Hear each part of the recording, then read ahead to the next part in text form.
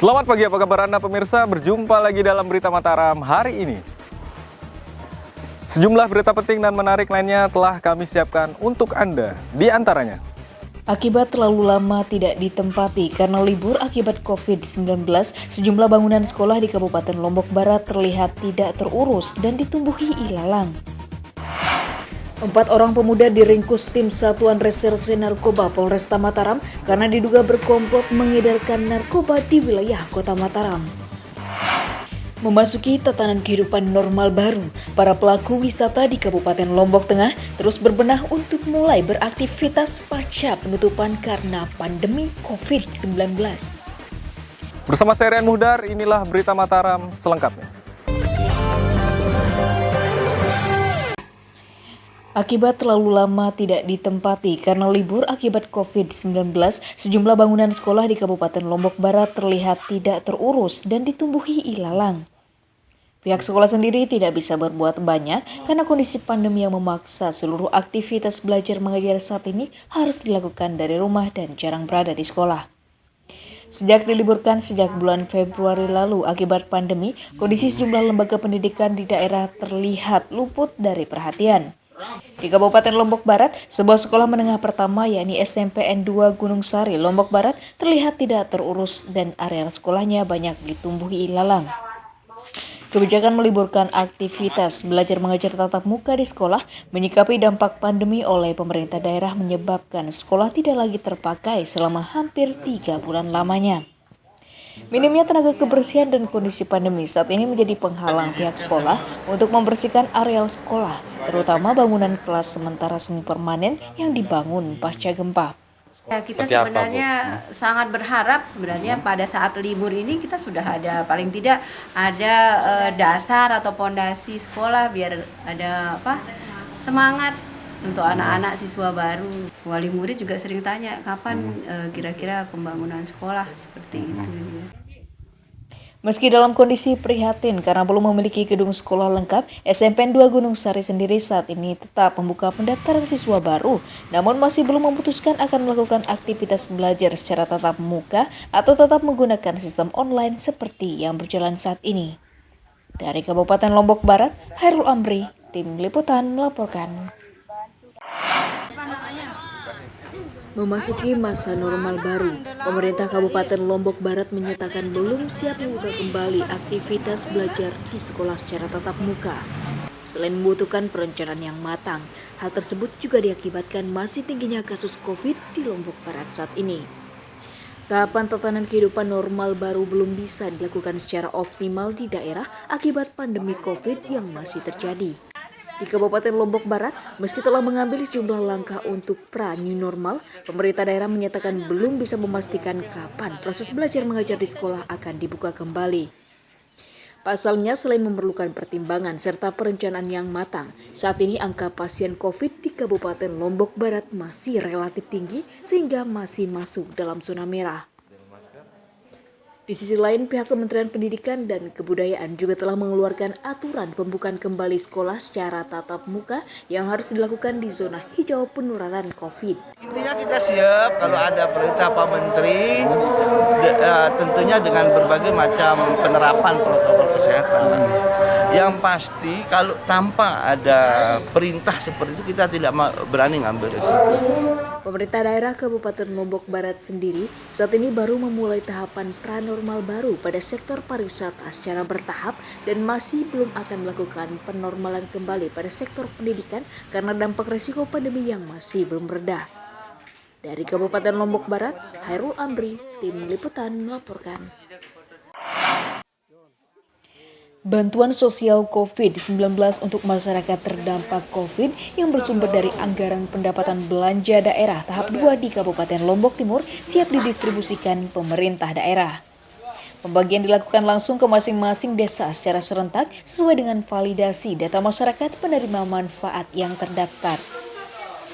Bantuan sosial COVID-19 tahap 2 yang digulirkan pemerintah sebagai stimulan bagi masyarakat terdampak pandemi siap didistribusikan pada pertengahan bulan Juni 2020. Di Kabupaten Lombok Timur, tahapan penyiapan stok sembako dan APD untuk masyarakat yang bersumber dari APBD saat ini tengah dilakukan dan telah selesai hampir 80%.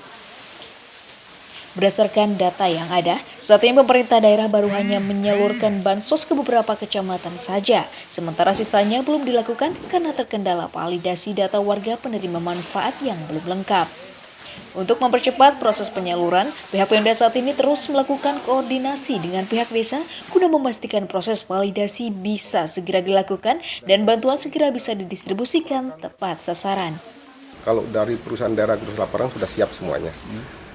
Baik dari proses pendistribusiannya sampai administrasinya sudah nggak ada masalah. Jumlahnya berapa sekarang?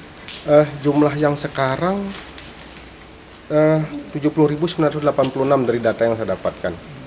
Kemarin itu tahap pertama kemarin jumlahnya 76.285. Ada penambahan Peningkatannya sekitar 5.299. Sebagai langkah mengoptimalkan penyaluran bantuan, Pemda juga mempersilahkan masyarakat untuk melaporkan atau menukarkan sembako yang dinilai tidak layak agar segera diganti oleh pihak penyalur sesuai arahan pemerintah daerah saat ini. Di Kabupaten Lombok Timur, Muhtadun, Tim Liputan melaporkan. Memasuki masa normal baru, dukungan dibukanya kembali kawasan pariwisata andalan di Kabupaten Lombok Tengah terus mengemuka dan disuarakan para pelaku wisata. Namun rencana pembukaan tersebut saat ini masih harus menunggu keputusan pemerintah daerah dan tim gugus tugas kabupaten untuk memastikan kesiapan menuju normal baru.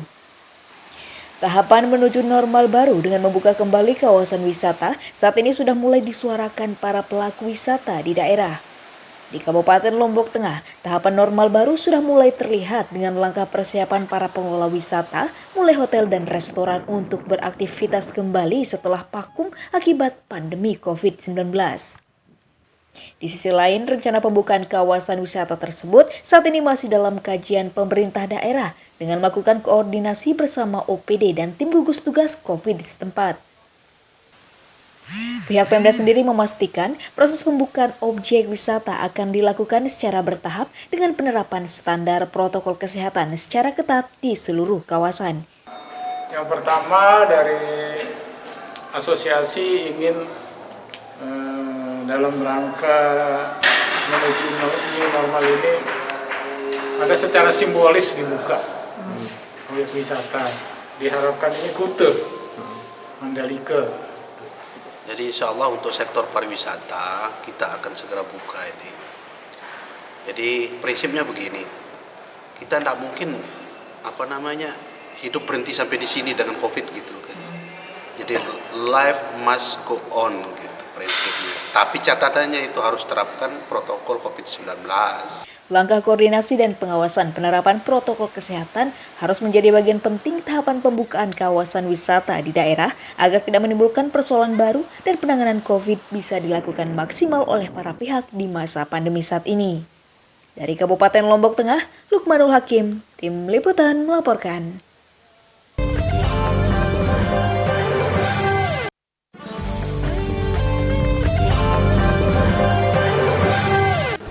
Masih bersama saya Rian Muhdar. Berikut kembali kami sampaikan berita utama Mataram hari ini. Akibat terlalu lama tidak ditempati karena libur akibat COVID-19, sejumlah bangunan sekolah di Kabupaten Lombok Barat terlihat tidak terurus dan ditumbuhi ilalang. 4 orang pemuda diringkus tim Satuan Reserse Narkoba Polresta Mataram karena diduga berkomplot mengedarkan narkoba di wilayah Kota Mataram. Memasuki tatanan kehidupan normal baru, para pelaku wisata di Kabupaten Lombok Tengah terus berbenah untuk mulai beraktivitas pasca penutupan karena pandemi COVID-19. 4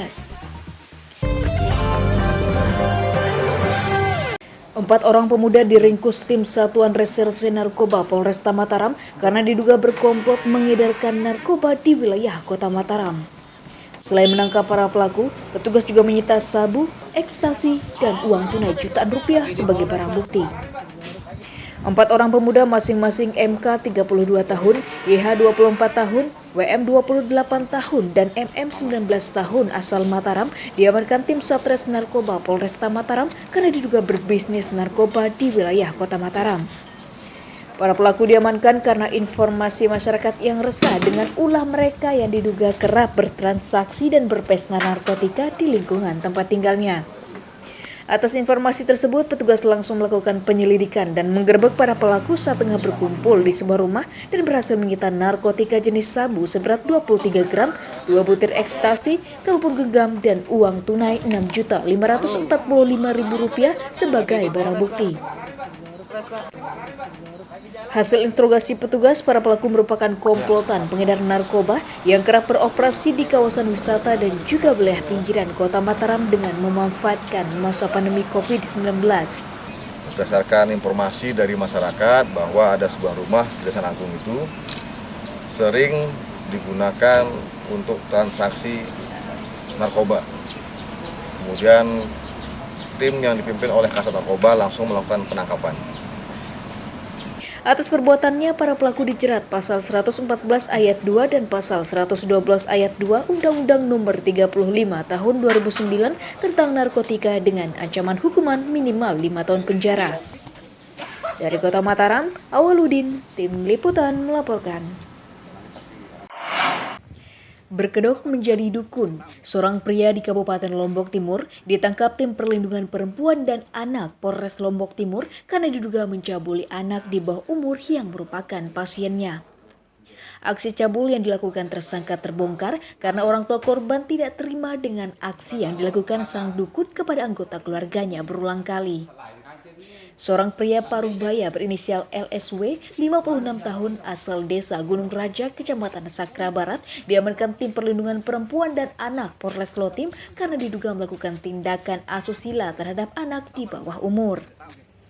Pelaku diamankan karena laporan keluarga korban yang tidak terima, pelaku mencabuli anggota keluarganya dengan dalih pengobatan. Dalam aksinya, pelaku berkedok menjadi seorang dukun yang bisa mengobati segala macam penyakit secara non-medis dan diduga melakukan tindakan asusila terhadap pasien perempuan dengan dalih mengeluarkan penyakit dari tubuh korban. Menurut keterangan korban, pelaku kerap beraksi dengan mengiming-imingi para korban untuk dinikahi atau akan diberikan sejumlah uang oleh tersangka. Keterangan sementara dari terlapor tidak ada ancaman, cuman mengiming-imingi akan dinikahi dan memberikan uang. Terlapor melakukan pencabulan terhadap korban sebanyak 10 kali. Untuk mempertanggungjawabkan perbuatannya, saat ini pelaku harus mendekam di sel tahanan Polres Lombok Timur untuk menjalani pemeriksaan lebih lanjut. Jika terbukti bersalah, pelaku akan dijerat pasal 81 junto pasal 76D atau pasal 82 Undang-Undang RI Nomor 35 Tahun 2014 tentang tindakan cabul dengan ancaman hukuman maksimal 15 tahun penjara. Dari Kabupaten Lombok Timur, Muhtadun, Tim Liputan melaporkan. Kasus pelaksanaan pernikahan yang dilakukan oleh seorang laki-laki dengan menyamar menjadi wanita di Kabupaten Lombok Barat menjadi atensi penegak hukum di Nusa Tenggara Barat.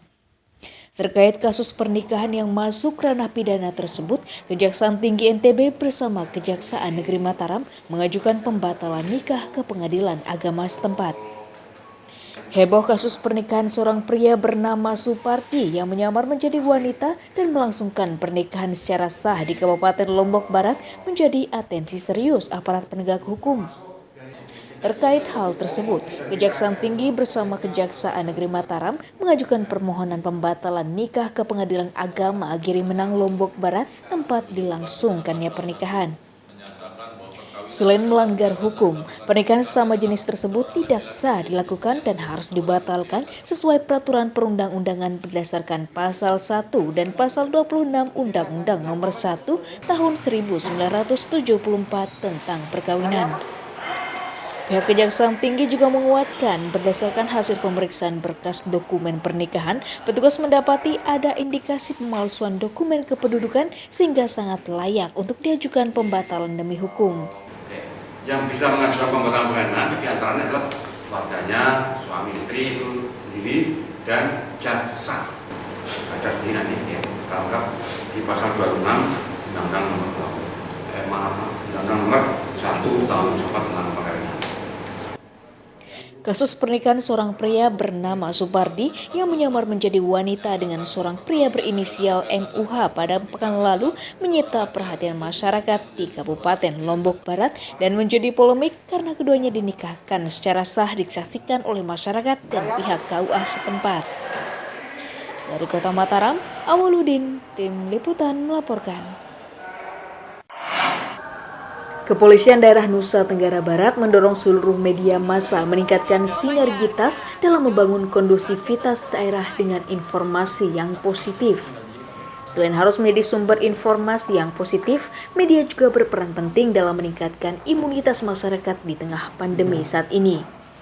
Semangat peningkatan sinergitas antar instansi dan organisasi media menghadapi pandemi terus dilakukan Kepolisian Daerah Nusa Tenggara Barat untuk kondusivitas daerah. Dalam pertemuannya dengan awak media dan perwakilan organisasi televisi IGTI NTB, Kapolda Nusa Tenggara Barat Irjen Pol Muhammad Iqbal mengingatkan kembali peran utama media sebagai sumber informasi yang harus mencerdaskan masyarakat. Karenanya media menurut Kapolda harus konsisten dalam menyampaikan informasi yang akurat dan terus bersinergi mendorong terjadinya kondusivitas daerah terlebih di masa pandemi saat ini. Terlebih sebagai pilar demokrasi keempat dalam membangun tatanan sosial bernegara, media harus mampu memainkan perannya mendukung terciptanya iklim yang menyejukkan serta mampu menjalin hubungan baik dengan pemerintah maupun aparat keamanan. Dalam kesempatan tersebut, Kapolda juga mendorong media massa di daerah untuk membangun optimisme dan imunitas masyarakat yang saat ini tengah menghadapi pandemi. Inginkan dari kampung sehat itu, kampung sehat ini berbasis lomba. Kita lombakan, terus sehingga mereka berkompetisi berlomba-lomba untuk mematuhi protokol kesehatan COVID, mendisiplinkan masyarakatnya. Tapi juga ada strategi kami yang mungkin jiwa kompetisi itu dengan strategi apa? Media adalah untuk menyampaikan pesan moral pada instansi baik kepolisian maupun pemerintah daerah bahwa kita jurnalistik juga harus bisa bersinergi dengan baik untuk membangun imunitas masyarakat di tengah pandemi saat ini untuk benar-benar bisa keluar dari pandemi dan membangun ekonominya dengan baik. Selain memegang peranan penting dalam membangun kondusivitas daerah dengan informasi yang positif, media juga diharapkan tetap mampu menjadi kontrol sekaligus menjadi solusi dalam menjawab dinamika sosial masyarakat dewasa ini. Dari Mataram, Hairul Amri, Tim Liputan melaporkan.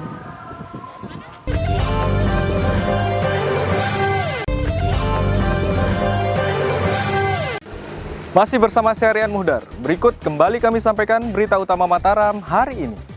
Akibat terlalu lama tidak ditempati karena libur akibat COVID-19, sejumlah bangunan sekolah di Kabupaten Lombok Barat terlihat tidak terurus dan ditumbuhi ilalang.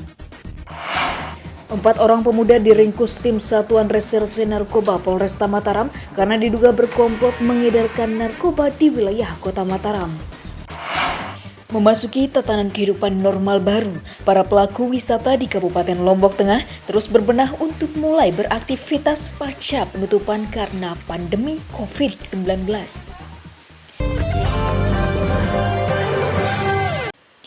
Memasuki tatanan kehidupan normal baru, para pelaku wisata di Kabupaten Lombok Tengah terus berbenah untuk mulai beraktivitas pasca penutupan karena pandemi COVID-19. Dalam tahapannya, pemerintah daerah rencananya akan membuka kawasan wisata prioritas mulai bulan Juli 2020. Setelah sempat ditutup sementara karena COVID-19, sejumlah kawasan wisata dan para pelaku wisata di Kabupaten Lombok Tengah saat ini mulai bersiap untuk kembali beraktivitas normal. Persiapan salah satunya dilakukan oleh para pelaku wisata, meliputi pengelola hotel dan restoran yang kini terus membenahi tempat usaha mereka menyambut wisatawan pasca pandemi. Langkah persiapan khususnya meliputi pembenahan dan penataan tempat usaha dengan standar protokol khusus COVID-19 yang dianjurkan pemerintah. Dalam skema menuju normal baru, para karyawan hotel wajib melengkapi diri dengan alat pelindung diri lengkap seperti masker atau sarung tangan dan pelindung wajah dan menyiapkan sarana kesehatan seperti tempat cuci tangan dan masker bagi para pengunjung. sudah mulai melakukan protokol new normal, antara lain masker, disinfektan, hand sanitizer, cuci tangan, dan physical distancing. Kedepannya bulan Juli ini kita siap untuk membuka kembali hotel kita. Ya, kita sedang mempersiapkan memang. Jadi dalam waktu dekat ini paling lambat kita di awal Juli itu sudah kita beberapa hotel, hampir 20 hotel yang kategori bintang 3 ke atas, kami di Mandalika Hotel Association sudah siap untuk. Dengan akan dibukanya kembali kawasan wisata menuju tahapan normal baru pada bulan Juli 2020, para pelaku wisata berharap bisa kembali beraktivitas dengan normal setelah hampir 3 bulan lamanya sepi pemasukan akibat pandemi. Dari Kabupaten Lombok Tengah, Lukmanul Hakim, Tim Liputan melaporkan. Ribuan paket sembako disalurkan pemerintah pusat melalui Kementerian Pariwisata Ekonomi Kreatif kepada para pekerja sektor pariwisata terdampak COVID di Provinsi Nusa Tenggara Barat. Bantuan tersebut diberikan kepada upaya memotivasi para pelaku wisata agar tetap bertahan di masa pandemi saat ini. Tak hanya menyalurkan bantuan sosial bagi warga miskin, tahapan distribusi bantuan bagi para pekerja terdampak di sektor pariwisata juga dilakukan pemerintah pusat di daerah. Di Mataram, Kementerian Pariwisata Ekonomi Kreatif menyalurkan bantuan ribuan paket sembako untuk para pekerja media terdampak COVID di Nusa Tenggara Barat. Penyerahan bantuan sendiri dilakukan pihak kementerian dengan menyalurkannya melalui pemerintah daerah berikut perwakilan pelaku wisata yang ada di NTB. Bantuan sembako tersebut nantinya akan dialokasikan kepada seluruh pekerja di sektor pariwisata yang sebelumnya dirumahkan dan saat ini tidak bisa beraktivitas karena dampak pandemi. Ya, yang diprioritaskan adalah untuk pekerja pariwisata dan ekonomi kreatif yang terdampak akibat pandemi COVID. Jadi mereka yang terkena PHK atau mereka yang sudah tidak dibayar selama 3 minggu lebih. Itu antara kriteria utamanya. Selain berdampak pada tidak beroperasinya para pelaku wisata di daerah, dampak pandemi juga menyebabkan sedikitnya 15.000 pekerja di sektor pariwisata saat ini terpaksa dirumahkan akibat pandemi COVID-19. Dari Kota Mataram, Emi Kusuma, Tim Liputan melaporkan.